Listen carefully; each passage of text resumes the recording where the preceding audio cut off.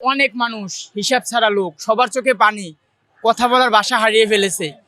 এখানে আজকে কারোটাকে আমরা আসি নাই, আমরা এসেছি আমাদের ভাই আমাদের মাঝ থেকে হারিয়ে গিয়েছে।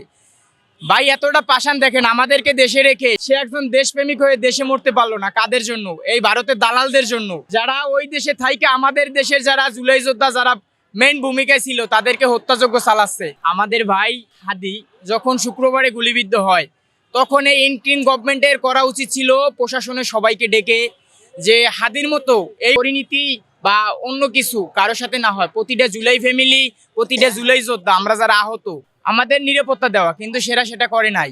সেটা কি করেছে? এবং ইন্ডিয়া থেকে আমরা দেখেছি এই যে ওনাকে সাবেক সেনা সদস্য, আমি তো মনে করি না সাবেক সেনা সদস্য, হচ্ছে ইন্ডিয়ার একটা খুনি। সে বলে হাসনাত ভাইকে নাকি ঘাড়ের উপর গুলি করতে, গাড়ির উপর গুলি করে তারা নিস্তেজ করবে।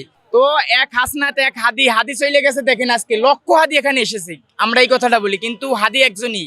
আর বাংলাদেশে আমরা যত বলি আমরা সবাই হাদি হব, গুলির মুখে কথা কব, নো, হাদি হওয়া সম্ভব না। হাদি একজনই, সততার দিক দা, নৈতিকের দিক দা এবং দেশপ্রেমিকের দিক দা। আমাদের ভিতরে দেশপ্রেম নাই এরকম কিছু না, আমরাও দেশপ্রেমী, কিন্তু হাদি ভাইয়ের জায়গায় আমরা কোনোদিন নিতে পারবো না, যাইতে পারবো না।